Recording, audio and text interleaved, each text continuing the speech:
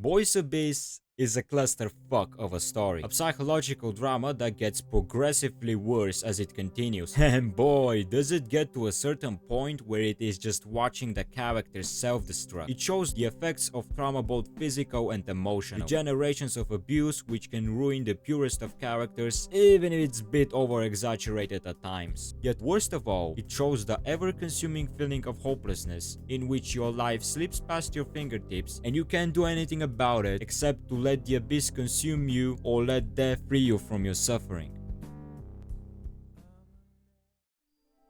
Kurosu Reiji is a 17-year-old high school boy living in a toxic family. One day, when asked by his homeschool teacher Mishibazawa about his future plans, Reiji says that he can't leave his mother. They have to take care of his sick grandma and shut-in redditor of a brother, adding that he has to find a job immediately to support his family's financial situation. His social life, it's not looking better either. Reiji has a childhood friend and apparent delinquent named Genmigeshi, who treats him like garbage. His other friend is Chaku Akiyama, a person who had introduced him to an idol group with a shared favorite member being the lead singer Nagi Aoi. Unfortunately for Reiji, Chaku has the possibility to go to a prestigious college, meaning he'd be left alone in this environment. There's also this infamous place called Lover's Abyss. It's upstream of the town's river and a rather famous destination for tourists that was popularized from a book by Kusaku Ezumori, in which two lovers, rejected by society, commit suicide together by, you guessed it, Try to connect to the silence of the sea. Reminiscing about the Lover's Abyss in the tranquility of the night, Reiji sees a store clerk giving away food to a homeless guy. Top 10 manga respect moments. They notice Reiji staring. The homeless guy winks at him, he doesn't elaborate any further and leaves. The cashier on the other hand offers him a cigarette. Once the match is struck, Reiji sees that the cashier is actually the lead singer of his favorite idol group, Nagi Aoi. They chat for a bit. Nagi asks Reiji if he could show her around town, since she recently just moved in. He accepts and with his trusty bike shows her around.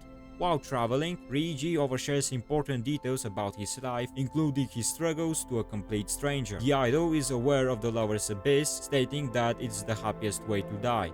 Okay, not a very optimistic thought right there. Fuck society.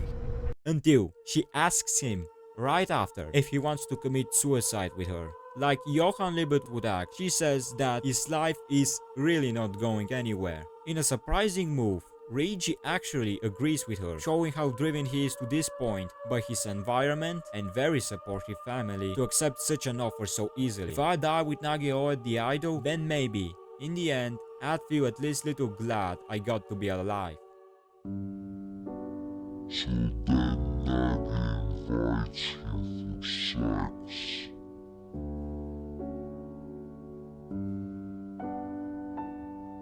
After that experience, our protagonist realizes that she's a person too, just like you, just like me. She has a fish that's called a Nagi. Wow, what a crazy parallel.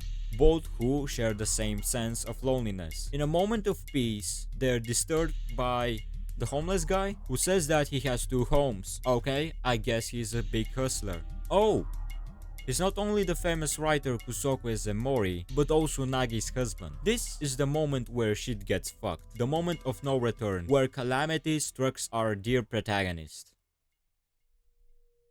There's this mystical feel about the town, like an ancient horror hidden in it. The longer you stay there, the more mad you get. Maybe it's a curse casted by the lovers onto the residents into a cycle of pain for rejecting their love. Throughout the series, every single character at some point will have the goal of leaving the town. Yet most of the time, they're chained there by unfortunate circumstances. The only certain thing is that it affects everyone in it with the sole goal to stay there forever.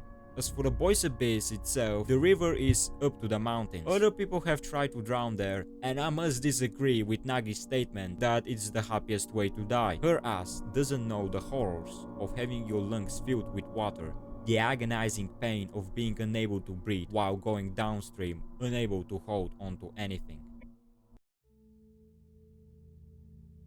One thing Boys Abyss does exceptionally well is portraying how shallow relationships are that are created for the sole reason of own selfish desires. Everybody uses somebody for something.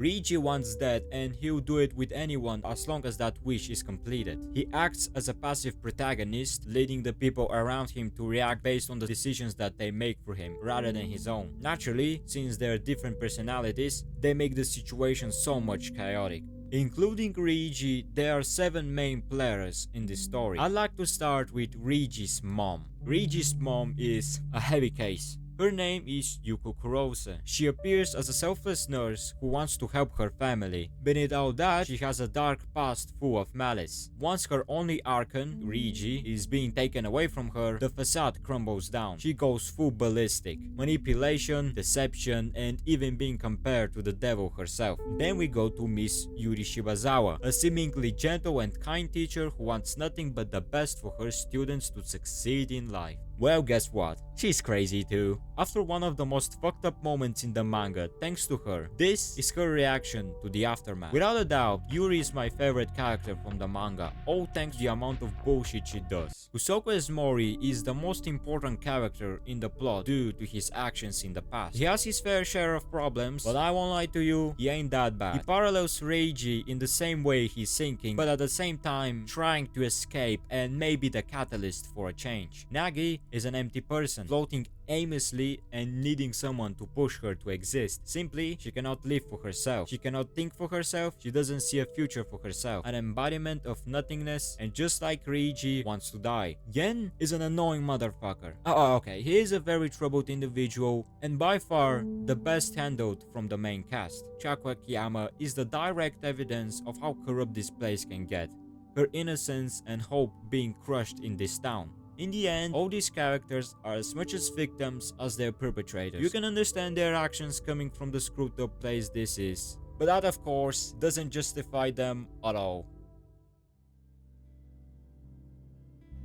So what's this manga even about? Finding out how to live, realizing that there is no light in the end of the tunnel, overcoming despair? Well, I don't know. I genuinely have no idea what someone should take away from this manga. Sure, it has its themes of suicide, freedom, stopping the cycle of abuse, but they are very badly handled. They simply exist for the sake of it.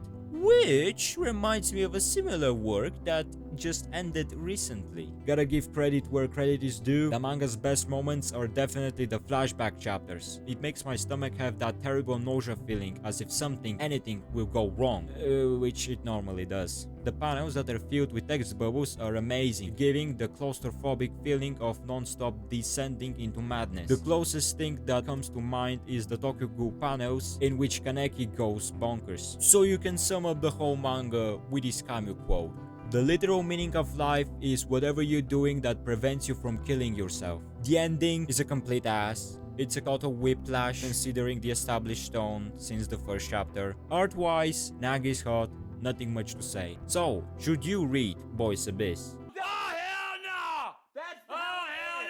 Overall, I'd give this manga a solid Rirusoge out of 10 in the writing scale. There is a lot of stuff I'm planning to release, so stay tuned. Anyways, move with a sense of benevolence in this dark world, and I sure hope to see you soon. Goodbye.